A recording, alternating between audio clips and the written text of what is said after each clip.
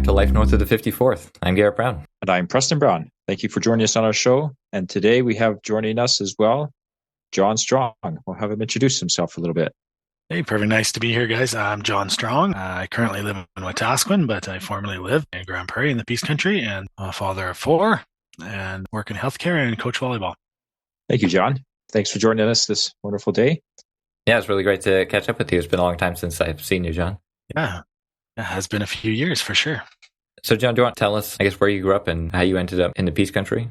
Sure, absolutely. Yeah, so I was born in Toronto. My family immigrated from England, but I was born in Canada. My siblings, a few were born in Canada, a few were born in England. When I was 4, my dad took a job out west, so we ended up in Alberta. I grew up most of my youth years in Edson, Alberta, so not super far from the Peace Country, but same type of country. Then I went to university, and when I graduated university, I had 2 job offers, one in Grand Prairie and one in Lethbridge. And when I pondered out which one fit my personality and lifestyle and the forests and the trees and everything, Grand Prairie was the winner. And so I graduated university in 2002 and headed north to Grand Prairie. Pretty exciting. So what did you study in university that would take you to Grand Prairie? I graduated with a degree in physical education, specializing in sports performance, but I'd been working previous to that as a trainer with sports teams, and I had a job offer in Grand Prairie working at LifeMark Health, which is in 214 Place there, and it was a physio clinic as an exercise therapist. And so I thought it was a great opportunity for me to get more experience and use the skills that I'd studied in school and that I'd been working with sports teams and come up and work there and help people get back to good health. What year did you move to Grand Prairie then? We moved there in the summer of 2002. Had you been to Grand Prairie before you'd moved there for work? I had actually. I'd visited Grand Prairie several times when I was in high school. I'd played volleyball in Grand Prairie. I was a little smaller when I was in high school than when we moved up there, but I'd been there. I liked the city. I had some friends that were from there that I played volleyball with and volleyball against. And so I'd been there a number of times, and I'd actually dated a girl from Grand Prairie when I was in my late teens and 18, 19 type thing. And she spoke highly of it. I went up there and visited her family a couple times and liked it up there. And so that's part of the reason it appealed to me, not just the job. The jobs were very similar between Lethbridge and Grand Prairie, but I'd been up there and I'd liked it. And so that was part of the win. Was your family still living in Edson at the time? No, actually, when I was in university, my parents retired, sold their home, and they moved into Edmonton. And so my siblings and my parents lived at Edmonton at the time, but I'm not a big city guy, and Edmonton or Calgary weren't appealing to me. I didn't want to live. I loved my time in university and I loved living in the city for that purpose, but I knew I'd want to start a family, and I had kids actually when I graduated university, and I just wanted a smaller city feel. So we left the big city. I would definitely say Grand Prairie is not a small town, but it's no metropolis either. Yeah, it was kind of that good mix between, Edson obviously it was about 6,000, I believe, when I lived there. And so it was definitely that smaller town feel. I wasn't quite ready to go that small again. Grand Prairie was that happy medium between the big city and all the services, but still surrounded by farm and forest, and you kind of still know people, it wasn't as busy. I could drive to work in 5 minutes instead of an hour and those type of things. So it had lots to draw us up there.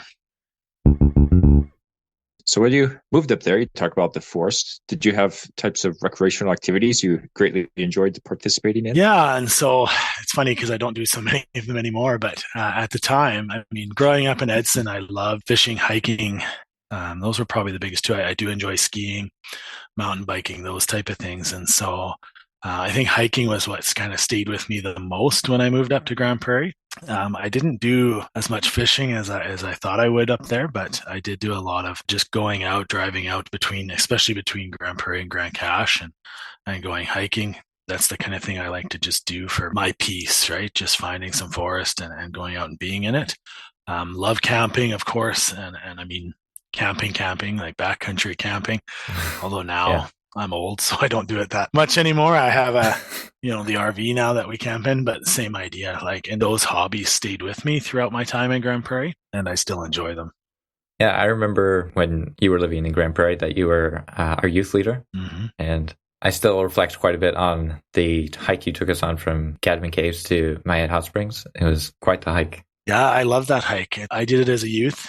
I did it several times in my youth. And although it's not the most famous hike, the Fiddle Pass is a lesser known hiking trail compared to some other ones that people like to do, like Skyline or Mount Robson or those type of things. But just something drew me to it when I was a youth. And I've taken actually 7 groups of youth there over the years.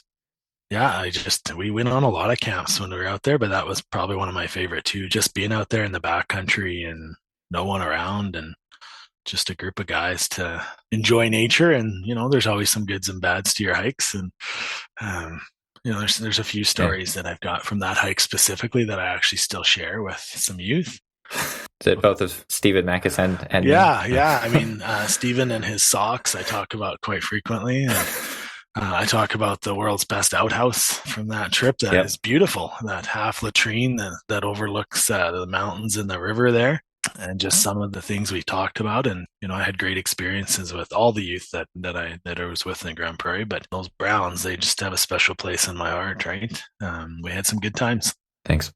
I share stories of Travis every now and then with people and his kind of willingness to help others on that hike. Not everybody was quite as prepared. Yeah. And I've shared the story about losing the trail a couple times with people after that, because I've been on that hike many times, but lost the trail for a bit there, and then came across some bear scat and realized it was a good thing we'd lost the trail because it was nice and fresh, and that maybe it was a bit of intervention there keeping us safe. But yeah, I've shared lots of stories from the great hikes we've been on up there. Yeah. But those aren't the only hikes that we've been on. Even when you were no longer officially our youth leader, we went both to Mount Robson together and to Chief Mountain down in Montana. Yeah, Big Chief was a fun one too. Yeah, I was hurting on my knee on that one, so that was a little tougher for me. I was getting older when you guys went there, but I remember going down in your dad's truck together and bringing my brother-in-law along and crossing the border with you guys. And it was your uncle that met us there, right? Yep. Yes. Climb Big Chief. Yeah. I actually went back to Chief Mountain last summer to hike with my wife and sister-in-laws. And man, that mountain has fallen apart even more. We didn't make it to the summit because we're just like, this looks too dangerous to go. Yeah, there was definitely a scramble there at the top. I know with my knee, I wasn't able to do the scramble then, but my knee's since healed. I might, if it was the exact same situation, could probably finish it today. But if it's worse, then probably not. But yeah, it was just good times. It's just something about being in nature and being in nature with friends that just brings a different peace than being in the big city. And not that we didn't have fun doing things like paintball and other stuff we did too, but yeah, I loved those hikes. Yeah, the Chief Mountain hike in particular, the most memorable moment was getting to the hiker's summit and not going to the actual summit because the mountain was crumbling. You get to this point where you're on a precipice that you have like a 1 or 2 foot gap to the other side. And in any like normal everyday circumstances, you would just literally just step across it. No problem. Just without even thinking, you just step across this gap. But then you look at the gap and on the right, you have a 100-foot drop. And on the left, you have a 500-foot drop. And you're just like, I don't know. Maybe not today. I could probably just step across it, but I don't know if I'm willing to just try that right now. And just like looking down and just like, yeah, it's like, no, I don't. No, I'm just going to stay here and say I've hiked it and go back safely. Yeah, there's those moments. Yeah, and I remember Robson, it rained on us a lot. So we had great weather all the way up, and then it just poured. And so I remember the way down was really fast. I think we were out of there in like 3-4 hours. 2 days up. And you hiked out in your pajamas. Yeah, I did. Yeah. I do remember stopping for a lot of cheeseburgers with you guys at the McDonald's in Hinton there when we came out of that must have been the Catamount one though, but I remember we ordered 60 or so cheeseburgers at the McDonald's and they looked at us like we were crazy, but yeah, then we ate them. Well, yeah, you guys were never short on appetite back then. I remember we still actually in our household refer to a large portion as a brown portion. Especially when it comes to spaghetti or hot dogs. Yeah, I remember Garrett, you could polish away a lot of spaghetti back in the day. I could. It took a long time for me to not eat so much anymore. Yeah. Well, my second oldest, Taylor, he developed an appetite very similar at about the same age when you had that appetite. And we'd be like, oh, you're eating a Garrett portion or you're eating a brown portion.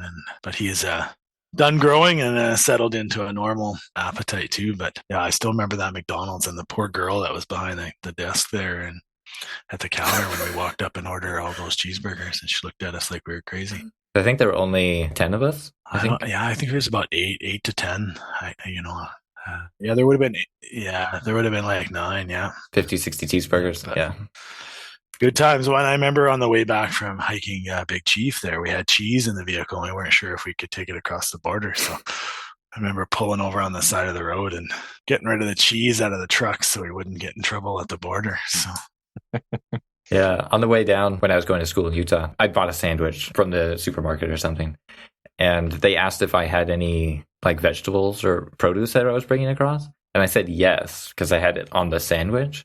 They told me to pull ahead and like go inside and talk to like the agricultural guy. And so I'm like standing inside this border crossing for like 20 minutes. And then finally somebody's like, excuse me, sir, like, are you here for something? And I told them I was supposed to meet with the agricultural person because I had lettuce. And they're like, what do you mean? And it's like, I had lettuce on my sandwich. And because I have U.S. citizenship, he stops looking at me and he turns to the other border patrol officer and he says, this is what plagues our citizen sandwiches. And he's like, you can go. It's like, you can go. That's great. You never know what's going to happen. I think part of the crossing down with your brother-in-law there probably spooked us a little bit. Yeah. That was so funny. I remember him unrolling that window in the back there and them asking him if he was being held against his will in the back seat there. So it was my first time too crossing with people that weren't, my children. Yeah. And we weren't sure, we didn't want that extra trouble, but yeah, thanks for sharing. Those are some really fond memories that I have. Oh, me too. So, John, where did life take you out of Grand Prairie? What ended up making you move from the Peace Country?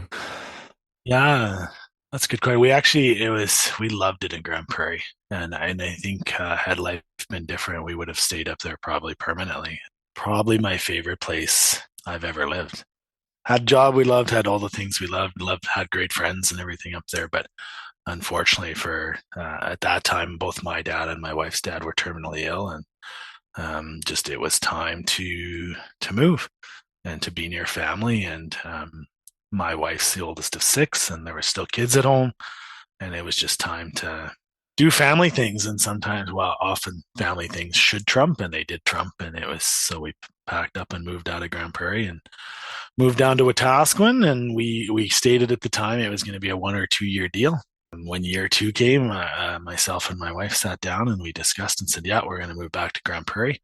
And as we thought about it, it just didn't feel right that we weren't supposed to go back. And we were sad about that, but we've stayed here. So we've been in Wetaskiwin now since 2007. And so we're like 15, 16 years now that we've been here. And it seems crazy because, it was going to be a 1 or 2 year deal. And our intention when we left Peace Country was to move right back. As soon as the family was stable, we were going to come back up there.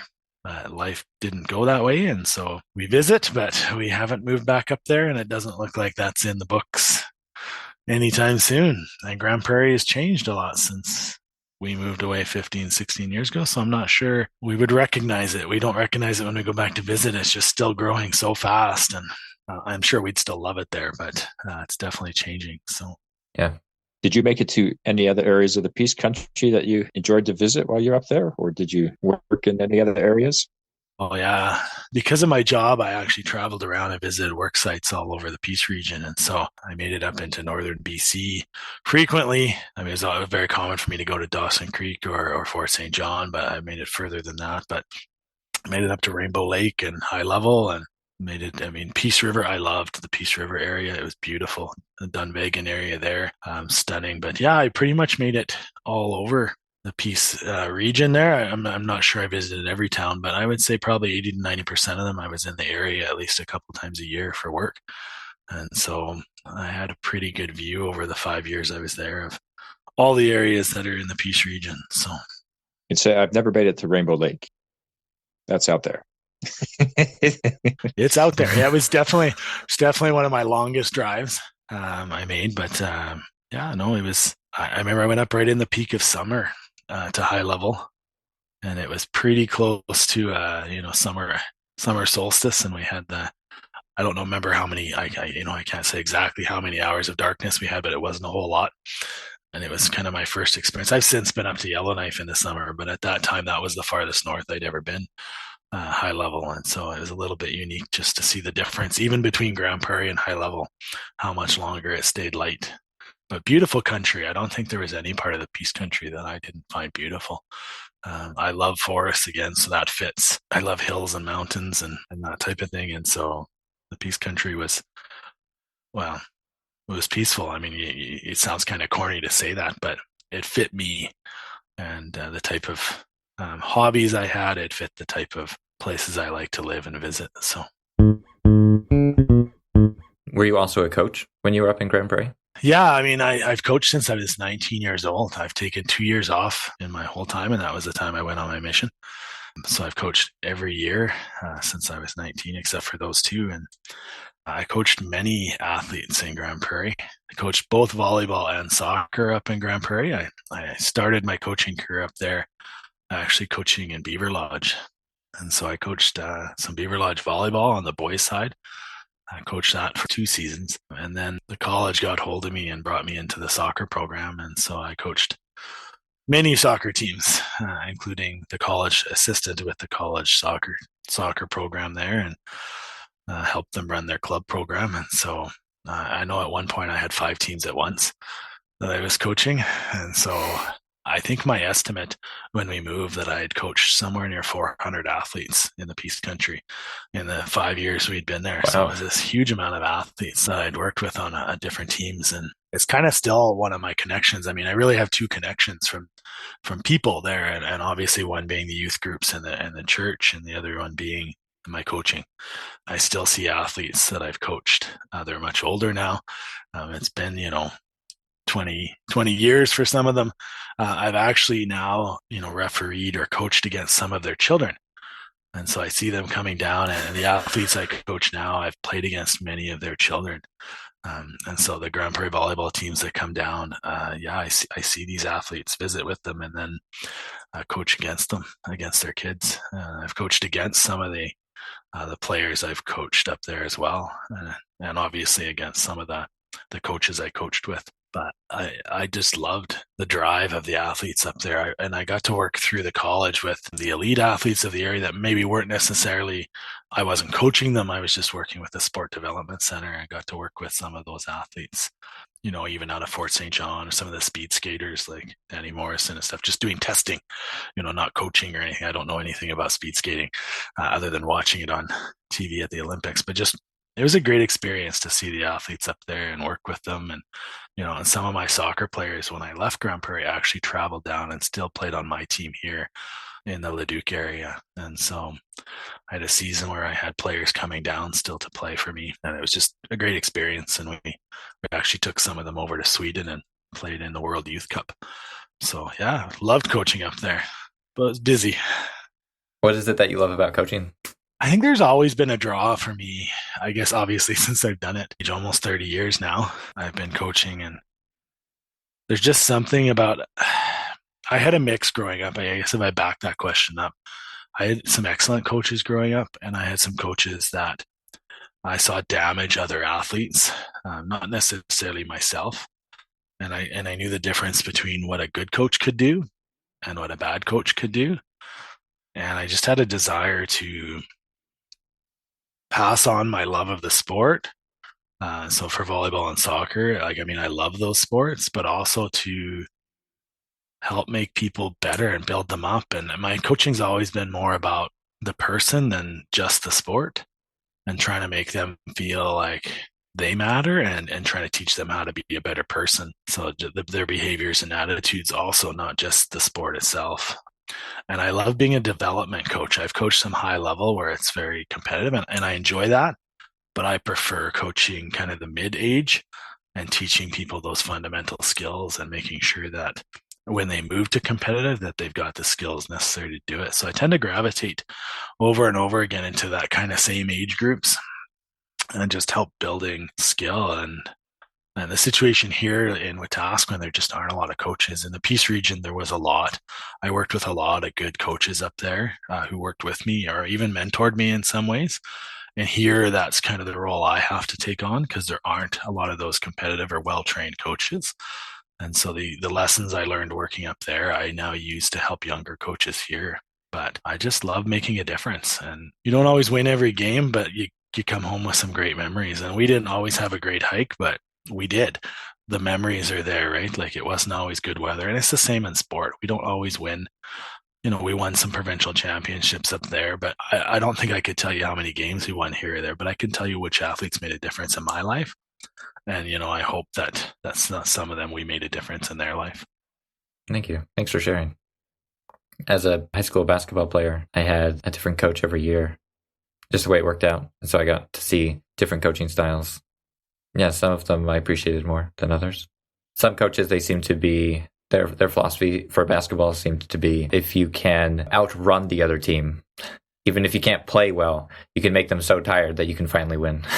Those are hard practices, because then you have to be the team that can run and run and run and run and run. Yeah, and I get that. My high school volleyball coach, I would put him as one of my strongest technical coaches that I ever had.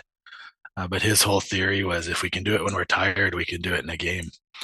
And so the whole theory behind practice was we were going to get tired first, and then we were going to do our basic skills. And so, I mean, there's things from that I've used over the years, but I definitely take a different approach to training than that. But, he was a great technical coach, but they were hard practices. And maybe sometimes what we call bucket practices, right? Where, it's someone's using the bucket, and maybe they weren't the model we still use for coaching. Standards have changed in what we consider to be maybe more ethical or proper practice now than the coaching that was done 30 years ago. But I won't remark on strategies. Like, it seemed to work. We were a winning team. So yeah. I definitely have good memories from a lot of my coaches growing up in high school, and they're adults who influenced me in high school. I remember coaches the most, probably, especially when they're good and they help you develop just to be a better individual, not just better at what you're practicing to be better at.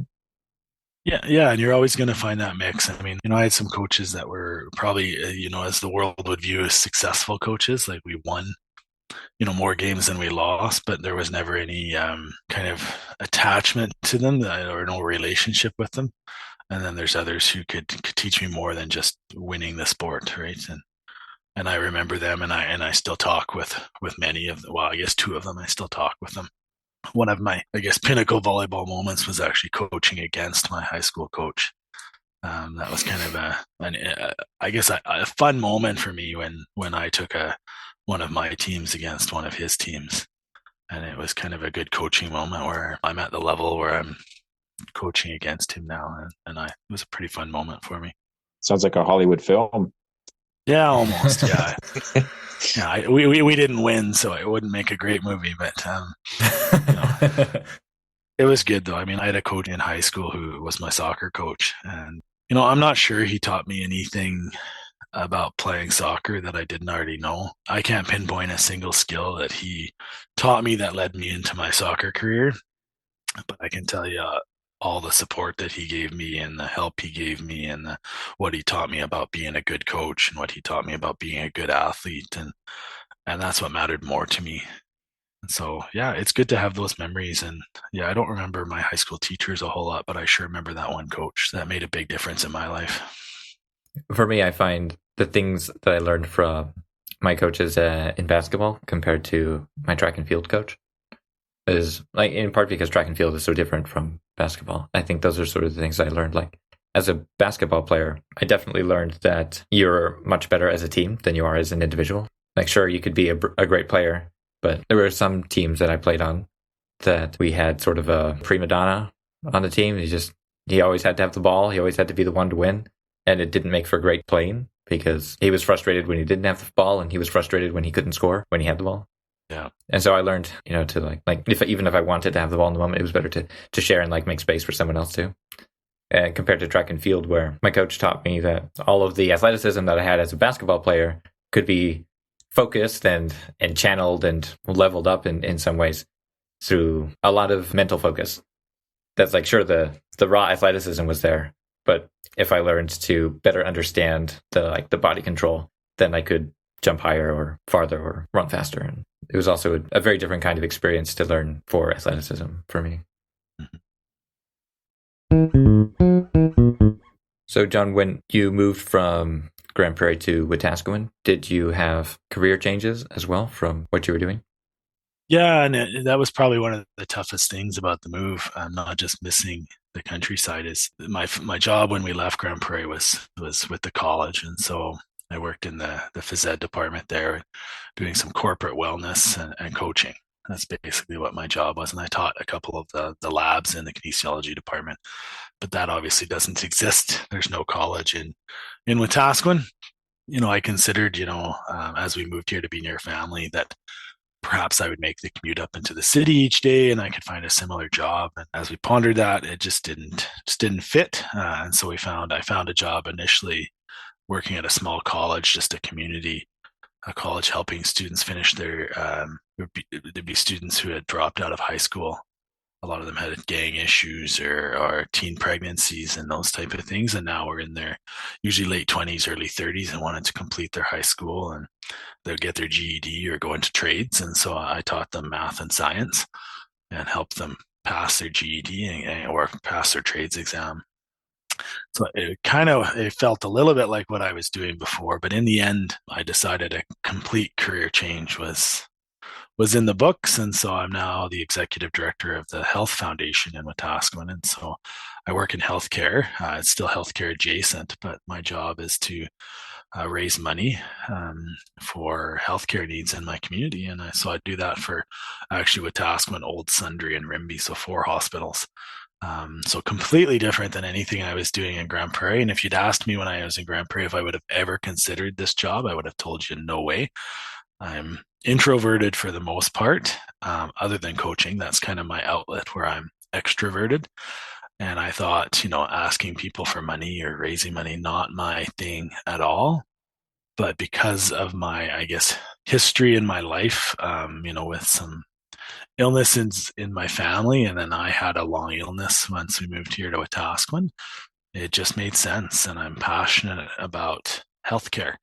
And so it's not necessarily, I don't view my job as I'm a fundraiser. I'm directing an organization that gives people the opportunity to invest in healthcare. And I'm passionate about healthcare. And so it's been a great fit for me. I've been there almost 9 years now, and I love it.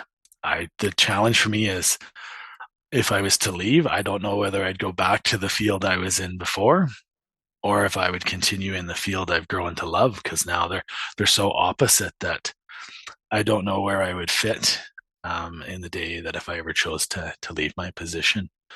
It's been an interesting path. I mean, I don't use my degree other than I'm required to have a degree in my position, but I don't use my phys ed degree at all.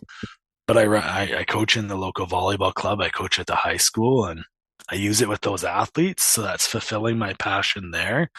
But yeah, I don't use it at work other than I know what they're talking about when they say something. I'm like, oh yeah, I worked in a clinic. I know what those words are, right? But it's been an interesting career move for me. But life takes you in different directions, and I always believe everything's for a reason, and we moved for a reason. We felt it was right. I changed careers for a reason. I felt it was right, and it's been good for my family. So, would you be willing to share a little bit about your experience with ill health that you had? Yeah, so it's a long story, but I'll try and give you the fits in one podcast version of it. We had returned from actually a volleyball trip. I took a volleyball team to Hawaii, returned from that trip, and then fell suddenly ill. Just woke up one night just feeling extremely sick. I was having not chest pains, but having cardiac issues, I guess is the best way to put it. My heart was racing and we couldn't settle down, but went to the hospital. Wasn't a heart attack or anything like that, but they couldn't really figure out why my body was all of a sudden struggling so much. Lost 60 pounds in 2 months and lost the ability to even basically walk to the bathroom without help. And they ran test after test for many months. Never did at that point find anything. Every test came back negative. Was really sick for about a year. At the year mark, my body kind of settled. Went into physio, got help getting the strength to walk again. All the things that I hadn't been able to do. Rebuilt up that strength, but continued to undergo testing. continue to have cardiac issues on a regular basis, but just tachycardic episodes, no heart attacks, anything like that. But they couldn't explain why they were happening, and I could feel them coming on. I knew I was about to have one, and they were just happening. And so for 3 years, actually, we went through tests, and eventually the doctor said, "Well, you're kind of recovered now. You can go back to work." I'd been off work for 3 years, and but still didn't know what was going on. It was actually at the 6 year mark that they found a tumor on the backside of my gallbladder and liver that was removed, and I haven't had an episode since. And so, but why we couldn't find that or why that wasn't there before, I don't know. But yeah, 3 years of serious illness, 1 year of super serious illness. We were at the point where the doctors and our family thought that I wouldn't make it through. But going through the health system with that, with an unknown, all the waiting and all the lack of services and having to drive hours to get to see a specialist made me so passionate about what I do today and providing healthcare in my community. And, I'm grateful that I'm on the other side of that. Yeah. There are still some effects because it was so long. Their best guess at the time was that I'd caught some sort of weird virus when I was in Hawaii. And that was what had made me sick. But I guess we've since learned that wasn't necessarily the case, or else I wouldn't have got instantly better when that tumor came out. So, but it was, not necessarily a large tumor. It wasn't something that they would have even flagged at that point. And thanks. Thank you. I remember at the time visiting you during the period of illness that you had. Yeah, I'm glad to know that you're doing much better. Yeah, me too. I actually ran a half marathon last year. So my goal is in next year, I'm trying to get a full marathon, and I've got some work to do before I'm bold enough to pull that difference in distance. But I've come a long way and persevered and had a lot of help along the way to get me back into, we'll say, reasonable health. Yeah, thanks for sharing that personal story. Not a problem. Yes, it's always great to hear people overcoming challenges that come upon them. And it's a story that doesn't develop overnight. No, for sure. Really, if I look back, it's easy to look back now and kind of say, well, this, and that. But really, yeah, it was probably the biggest test of my resolve, faith, whatever you want to, all the words you want to throw into their determination. Because I'm not a patient person. And so learning to be patient and just kind of take one little step at a time is hard. We want the end. We want that end result, or we want to know what's going on, and it's tough not to. And so, it was a good learning experience for me, although at the time I wouldn't have agreed with that. I would have said, I would have gladly traded it in, but it's taught me a lot. Yeah, I definitely like what you said about having that challenge or vicissitude in your life, and overcoming it has helped you be able to have more passion for the work that you do now to help others that may be in similar or parallel circumstances in healthcare. And that, you've been around health and physical well-being most of your life. So it gives you a plethora of experiences of different kinds to really assist you in what you do today. Yeah, and I think it doesn't matter what field you're in, I think, but if you take the lessons you've learned in life and can apply them to loving what you do and having some purpose in what you do, to me, that makes all the difference. And, in my job, I get to see, sometimes it takes a while, but I get to see those things that we've made a difference. And that's one of the reasons I love my job, but I love being able to take, what I've learned and turn it into something positive. Take a negative situation and turn it into something that can change things for the better and help other people not go through that same situation. I know in the questions you had, you asked about weather and that. I remember that one of my memories in Grand Prairie was the tornado.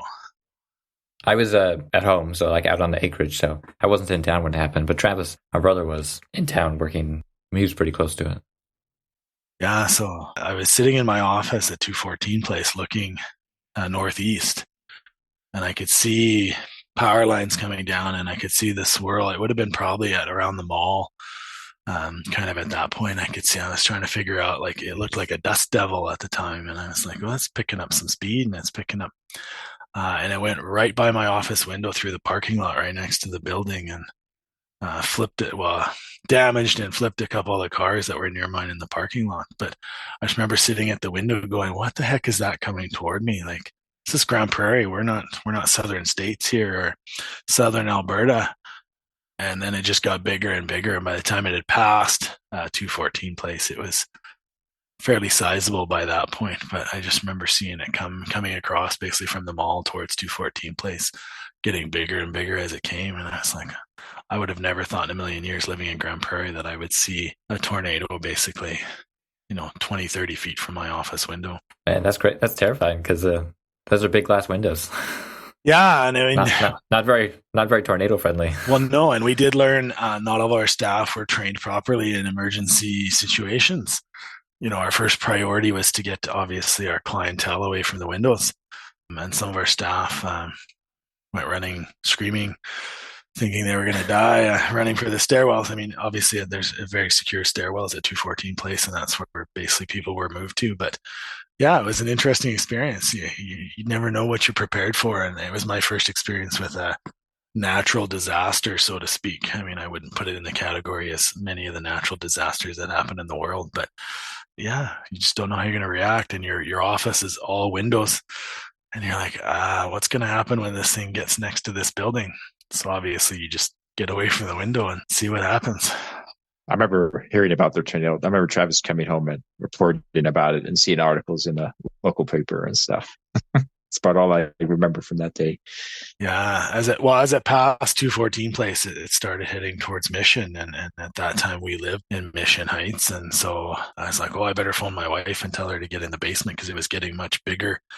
And it basically took some shingles off and a little bit of thing as it went through about a block over. It didn't go right through our street. And it was kind of more show than the actual damage it was probably causing. It damaged a few things along the way, but yeah, I was like, never thought I'd make that phone call either, phone home and tell them to get in the basement. But yeah, it was an interesting experience. Yeah, my wife has shared a few her experiences because she grew up in Tornado Alley in the Midwest. And yeah, I think those would be scary. Her siblings would run to the window when the sky started turning green because they really wanted to see a tornado. Because they were just so commonplace that it wasn't so... I mean, sure, it's terrifying, and it did millions in damage all the time, like every year, but that doesn't stop little kids from being excited for a storm. Well, and they're so fascinating. Like, that's the thing. Like, we were even... Well, once it had passed, we were all at the window watching. It was just so fascinating to watch it. Not the safest thing to do, but yeah, it's hard not to be fascinated by this thing.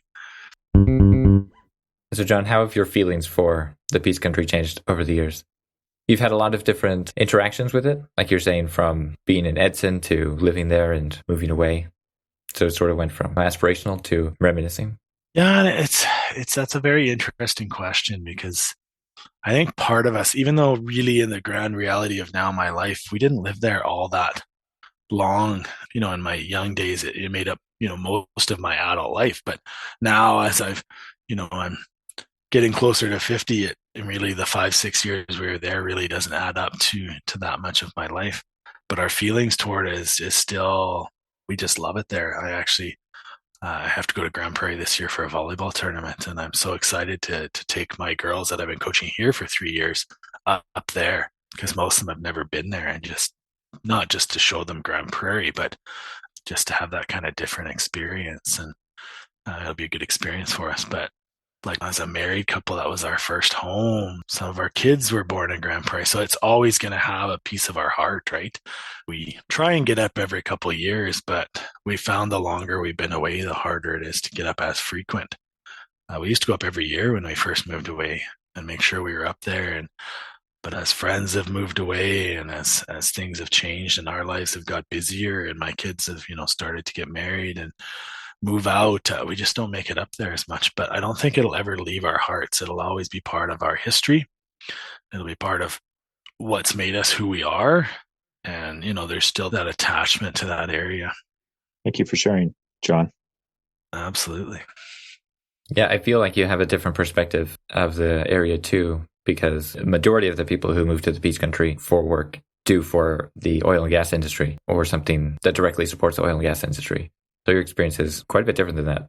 Yeah, and I would agree. Obviously, like my life there was definitely different than, I had some attachment through my work at the college to the oil and gas industry, I would do a lot of work with, some of the companies like Trican and BJ Well Services and Schlumberger and Weatherford. And I don't even know if they're all around anymore. But so I would frequently be in an oil field shop somewhere, but my job directly wasn't in the oil field, but it kept me busy. And the boom was obviously happening. So the Grand Prairie was changing because of that oil field base.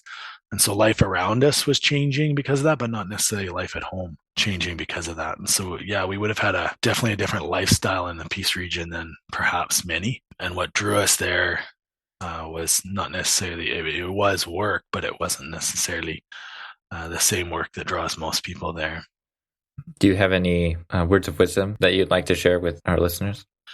Words of wisdom.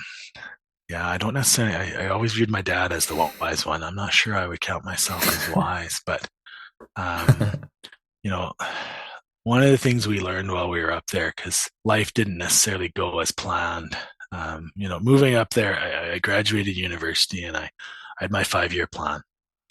We're going to move up here and this is how life's going to go. And, as I had a wife and a daughter pass away during our time in Grand Prairie. Life didn't go even close to the plan I had made before I went up there. But I learned from it and I still loved my time up there. And even though there's tragedy in my time there, and one of the reasons we go there is to see my daughter, who that's where her grave is. But despite the negativity that could have made that experience, could have made me hate the region, although the region had nothing to do with those passings, opening ourselves up to what life could bring us, good and bad, and the people, we made lifelong friends there. But the experiences and learning from those and just being willing to try and take from a negative and say, what can I learn from this? How can I be a better person from these experiences? And it just made everything different. So just be open to wherever you are. I'd sell you a home in Grand Prairie any day. Go up there. The Peace Region's awesome, but be willing to go and do what life takes you and gives you and turn it into something amazing. We wouldn't trade our time, all the experiences included. All those experiences we had up there have made us better people. And the good ones and the bad ones, all put it together, and it's what's made us who we are. And I wouldn't trade it. Thank you. That sounds wise to me. All right. Yes. Everybody in their life who lives usually goes through tragic things. But it's what we do with difficult things that can help us become a better person or not. So we appreciate your wisdom there. Yeah, there's definitely no escaping life. As far as I think all of us will experience, you're right, all of us will experience some sort of tragedy in our lifetime, or just difficult times. It may not always be a tragedy either. It's just hard times. And I think I learned early, especially in my time. I was very young when I was up in Grand Prairie and went through some of those times that I had two choices. I could either wallow in it, or I could pick myself up and learn from it. And it was hard, but I could pick it up and move it. And it was almost a choice. I just decided that I was going to take that approach and go with it. And it wasn't easy, but came out the other end with bumps and bruises for sure. But, came out the other end having not necessarily figured out all the whys. Tragedy was important or necessary, or however you want to look at it, but figuring out how it could make me stronger. Yeah, I think trying to live life in a way that avoids pain or tragedy, you can't. You can't live life avoiding pain. It is going to come. I guess as the Buddhist way goes, like that life is suffering. Suffering exists and you can't avoid it. You just have to live with it. Yeah, I think one of the quotes that, and it was later, it wasn't in my time in the Peace Country, but I was reading through, it was actually when I was officiating at a funeral in another person's unfortunate, tragic situation. They lost a young son, and I was officiating and helping that family through that experience, where I'd come across a quote from Neil A. Maxwell, actually, that talked about, it talked about death specifically, but I applied it broader than that. And it talked about the only way to take the sadness out of mourning is to take love out of life. Yeah. And it's very true, right? The only way we can take tragedy out of life would be to take all the good out with it. And the reason they're hard for us to get through those is because of all the good things. And because we love people, or because of the good, the peace, or all those situations. And it changed my perspective. And I think one of the greatest lessons I learned going through, if you throw the illness and all the other things together, was just empathy. I'm not sure I would say I was empathetic or not empathetic before that. I don't know that would have been a quality I possessed. I wasn't mean but I can now, see someone else and just feel for them, that, and just understand that without judgment, just say, that must be hard for them. And maybe there's something I can do to help them. That's a really powerful quality. And I want to also re-emphasize what you're saying, that life is much better when you focus on creating things that you love, whether that's like relationships that you love with other people, whether that's just a friendship or family relationships. But that, it might hurt more later when the relationship ends, when something stops, or when you can no longer do something because of health reasons or whatever it is. Yeah, it hurts, but I think from my experience in life that it's better to try for it, to have it. It's better to work to build those things, because it's possible, even though it hurts, it's possible to go through it. And since pain is going to come into life anyway, if you keep building those relationships, then when you're struggling, you have other people that you can rely on to help you. If you are avoiding everything so much that you don't have relationships, then you'll be suffering alone, and that's much harder. When I suffered, suffered's the wrong word. Let me rephrase that. When I experienced my first major loss, when my wife and I'll say because there was a short enough period in between them that I hadn't necessarily fully finished mourning, I guess, between the two. But my first take was, this would just be easier if I just didn't love people. Like if I didn't let anybody in, this would be easier. I wouldn't be hurt like this again. And I think that's a very human reaction, to guard or protect ourselves. And I didn't set about doing that, but that was that natural reaction that, it'd be easier if I just didn't build these, if we keep a distance, I won't get hurt like this. This is devastating. We don't want this. And I kind of weighed that out of my mind, but look at all the joy it brought me. And if this happened again, okay, but I would never trade what I had before it happened to not have experienced it. And I remember talking, I don't even remember who it was, but it was, someone I just met, and they'd had a similar experience, losing a spouse, and they were talking to me about, they had wished it never happened, and this and this and this, and if they'd never met their spouse, they would have never gone through this, and if only their life could have been different. And I kind of thought, what a sad attitude. I didn't say that to the person, but I thought I would never trade what I went through. I would never trade those months or years that I had just to not have to go through it. I want all that. I wanted those positive experiences more than trading in with the negative on the other side of it. And so I think if we keep that perspective, it changes, significantly. Bad things are going to happen, and there's going to be loss and hurt, but it's the joy and the goods far outweigh, and we would never trade those in. I definitely agree, John. Thank you so much for your words of wisdom. I guess I can be wise after all. And we appreciate your willingness to share some heavy conversation with us. Not a problem. You guys know all my heavy conversation anyway, so I think we'll probably wrap up now. Sure. Thank you, John, for joining us for this conversation, this episode. We're grateful to those who listen. And if anyone would like to share a story with us or share some feedback with us, they can email us at lifenorthofthe54th@gmail.com, or you can go to peacecountrylife.ca/feedback. John, we hope to see you around soon. It's been a number of years, but hopefully it doesn't have to be so many before we see you in person again. That would be great. Yes. Thank you so much for joining us, John, and sharing your experience of living in the Peace Country with us. It's been a pleasure. Take care. Bye.